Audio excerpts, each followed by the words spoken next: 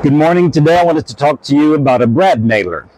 I promised you that I would be doing demonstrations, and I'm just going to do a quick review of how we use a bradnailer, what the advantages when would not be the appropriate time. I'm going to be using a Ryobi.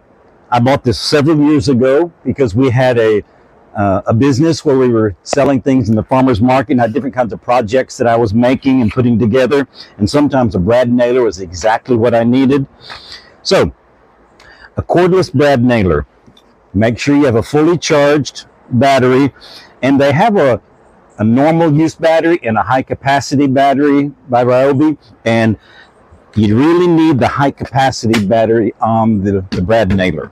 Some of the other tools, it's not really important which one you use, just it matters how long they last before you have to recharge, but the bradnailer needs the extra power from the high capacity battery. And I believe I bought this one as a set that had the nailer, the battery, and a charger. From time to time, you'll want to make a choice to buy tools with battery because you need that extra battery for your work. But sometimes it's just easier to get into a new tool with a bare bones, just the tool with no extras. So, I was doing a project recently that I shared about my sauna, and I bought stainless steel brads to do all the internal work on the sauna because I didn't want any rust issues. It's not nice to have the heads of brads rust and make a little rust streak along the surface, and I wanted my cedar interior to stay looking nice, so I chose stainless steel for that. Now, I don't always use stainless steel. Usually I use galvanized, and this bradnailer will take up to a 2-inch brad. I was using 1.5 inches in the sauna. You can see the difference there in length.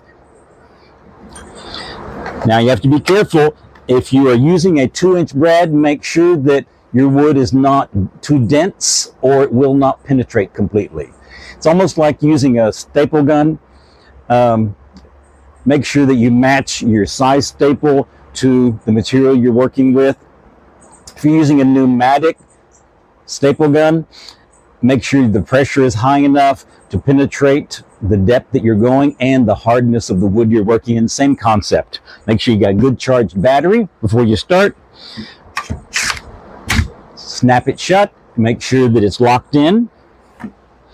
Now that was a 2-inch, and I'm going to show you what it looks like for me to drive a 2-inch into a 2x2 piece of wood. I don't expect that 2-inch to go 100% into the wood. Well, I got a fully charged battery and it got full penetration and came out the other side slightly. That's something that you'll have to learn with experience. If you notice, that point did not come perfectly out the bottom of the wood because it was following the grain of the wood.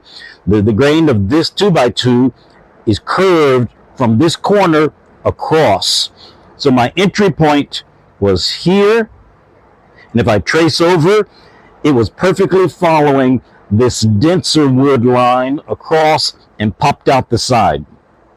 When you're doing a project, especially if you're working with something you're repairing and you're trying to put something back together that's damaged, you want to think about that. Check your brad length. Make sure you're not using one that's too long, that might pop out the side on a finished piece of work that you're going to have to then cover up that damage.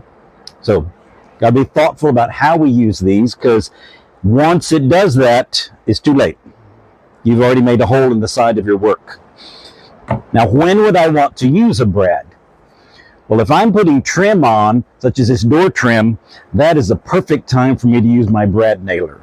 I can hold it in place, get it all measured out, get my corners square, and then pop, pop, pop, pop, pop, move just up and down and around. I can move quickly, and then I'll need to come through with a longer finish nail to make sure that, although I've caught the door frame with my trim, to make sure that I put some nails, some finishing nails that are solid and longer through the trim into the 2x4s that frame the doorway, to make sure that that is a nice solid finish.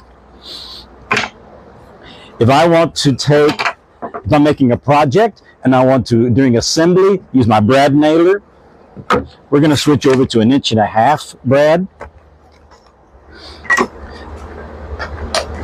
And I just happen to have that 1.5 inch stainless handy. We're going to snap it shut. I'm going to put this piece of a cedar fence picket, line it up right on top of that 2x2. Just run down it a couple of shots. Nice and neat and solid.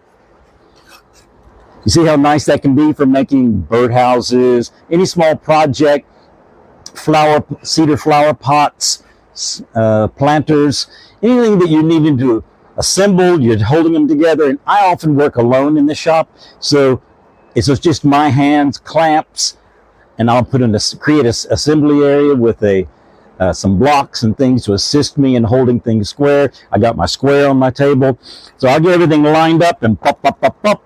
I will put those brads in and keep going.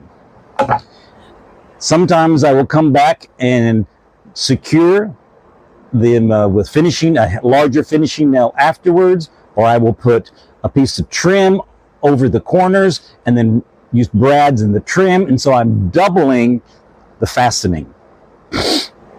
And that's something that's really important when you're doing this kind of work. If I were making this a planter, I might put a 2x2 in the corner treated wood and put my second picket on the other side.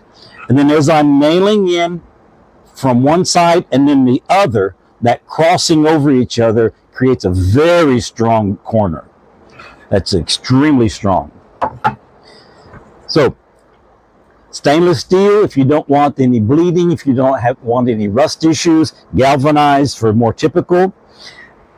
Just like the other sets, you can get a charger. This bag is not for the brad gun. It came with something else. But just plan it through. And once you start buying cordless and your batteries are from one brand, you need to stick with the same brand and get the benefit of multiple batteries and everything matching. What's not nice is when you've got a charged battery from one brand and a tool from another brand, you can't use it to continue working. You have to wait for them to charge. So once you make the choice with a brand, it just makes sense to keep going. So Home Depot sells Ryobi, and it's a very reasonable price to get into these products. Just depends on what you're doing and how hard you're working, but I have been able to use this brand without any problems, and they just keep working, just keep lasting. Oh, trim work. Great reason for a brad nailer, especially if you're doing a whole house.